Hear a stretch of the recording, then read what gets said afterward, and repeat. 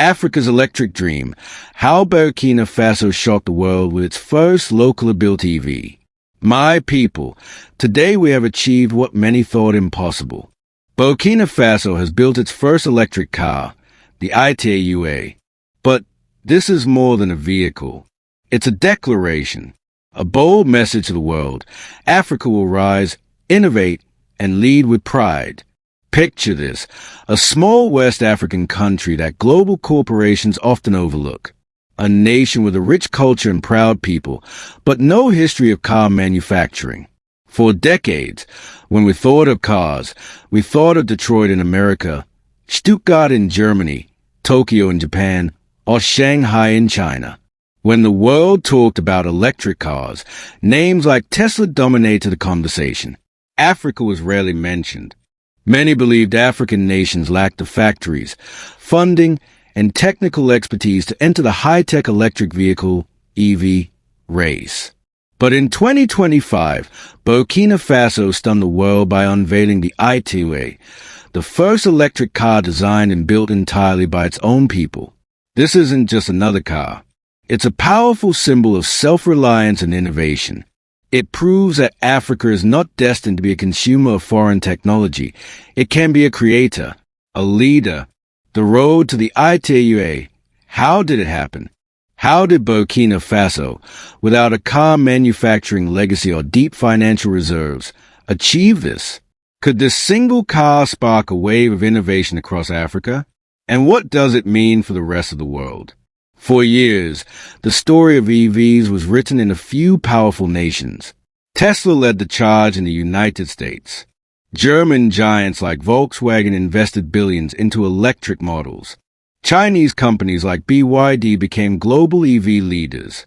These countries had massive factories, world-class universities, and governments eager to back their industries. Africa, meanwhile, was seen as a market, often for second-hand cars. Every year, hundreds of thousands of used vehicles flowed into African ports. In 2023 alone, Burkina Faso imported over $81 million worth of vehicles, mainly from Japan, Thailand, and the U.S. The country's exports of cars? Barely $2 million. To most experts, the idea that Burkina Faso could build its own high-tech EV seemed laughable. They don't have the factories, they would say. Where would they get batteries, motors, chips? The supply chains are too complex.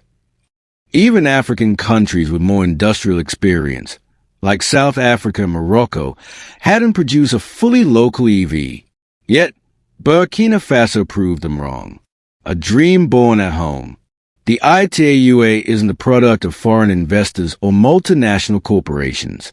It was born from a local startup of visionary Burkinabé engineers determined to solve a pressing problem. Their country was spending too much on imported gasoline cars that polluted the air and drained the economy. Their philosophy was simple yet revolutionary. We can do this ourselves. They didn't settle for assembling imported parts. They engineered the ITAUA from scratch to meet Africa's unique needs. Built for Africa, the ITAUA's battery system is designed to handle West Africa's intense heat, something many imported EVs can't manage. Tough on rough roads, its suspension is rugged enough for rural, unpaved roads where most foreign EVs would falter. Solar power ready. Equipped with solar panels, the ITAUA can charge itself under Africa's abundant sun. In a continent where electricity grids can be unreliable, this feature is a game changer. This wasn't about copying Tesla or Volkswagen. It was about creating a car for Africa, by Africa. The specs that shocked the world. The ITAUA isn't just symbolic, it's technically impressive. Range: 330 kilometers, 205 miles per charge. Enough to drive from Ouagadougou to Bobo Dioulasso without recharging. Fast charging, a full charge in 30 minutes. Solar panels, reduces dependence on charging stations and makes the car viable even in remote areas. This is innovation tailored perfectly to Africa's realities. Leadership that lights a path. Such innovation needs bold leadership to flourish. Under President Ibrahim Traoré, Burkina Faso has embraced self-reliance as a national goal. Traoré's government backs local industries and champions initiatives like Fusobo, where communities build infrastructure using local resources. Under his watch, Burkina Faso opened its first tomato processing plant and built textile facilities to process local cotton. He's even mandated that gold mined in the country be refined locally. This is the vision behind the ITAUA, not a one-off success, but part of a broader movement towards economic independence. At the ITAUA's launch, President Traoré declared it a symbol of African capability and courage.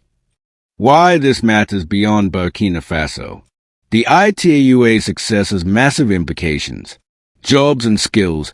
Building cars requires engineers, designers, factory workers, and suppliers. The ripple effect could create thousands of jobs across industries. Economic growth. Money once spent on importing vehicles can now circulate within Burkina Faso to build infrastructure, schools, and hospitals. Inspiration for Africa. If Burkina Faso can do it, why not Nigeria, Kenya, or Rwanda? The ITAUA proves African nations don't have to wait for foreign investment. They can build their own solutions. The bigger opportunity, Africa's battery revolution. EVs are powered by batteries made from minerals like lithium and cobalt. Guess where much of the world's supply comes from? Africa. Yet for decades, Africa exported raw minerals cheaply while foreign companies turned them into high-value batteries. That wealth creation happened elsewhere. Now, countries like Zimbabwe and the DRC are insisting on local processing. If African nations unite to refine minerals and build batteries, they could become global leaders in the green energy revolution, a symbol of pride and possibility.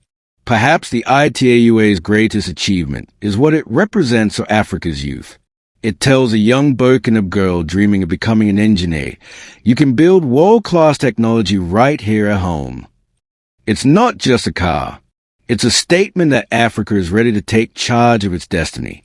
The road ahead. Challenges remain. Scaling production, building a solar-powered charging network, and competing globally won't be easy. But the potential rewards are transformative. Burkina Faso has started its engines, and the journey has begun. The world should watch closely. The ITAUA is a beacon of hope, not just for Burkina Faso, but for all of Africa. It's time to support homegrown innovation and celebrate African ingenuity, because the future isn't coming from somewhere else. The future is being built in Ouagadougou, and Africa is ready to lead.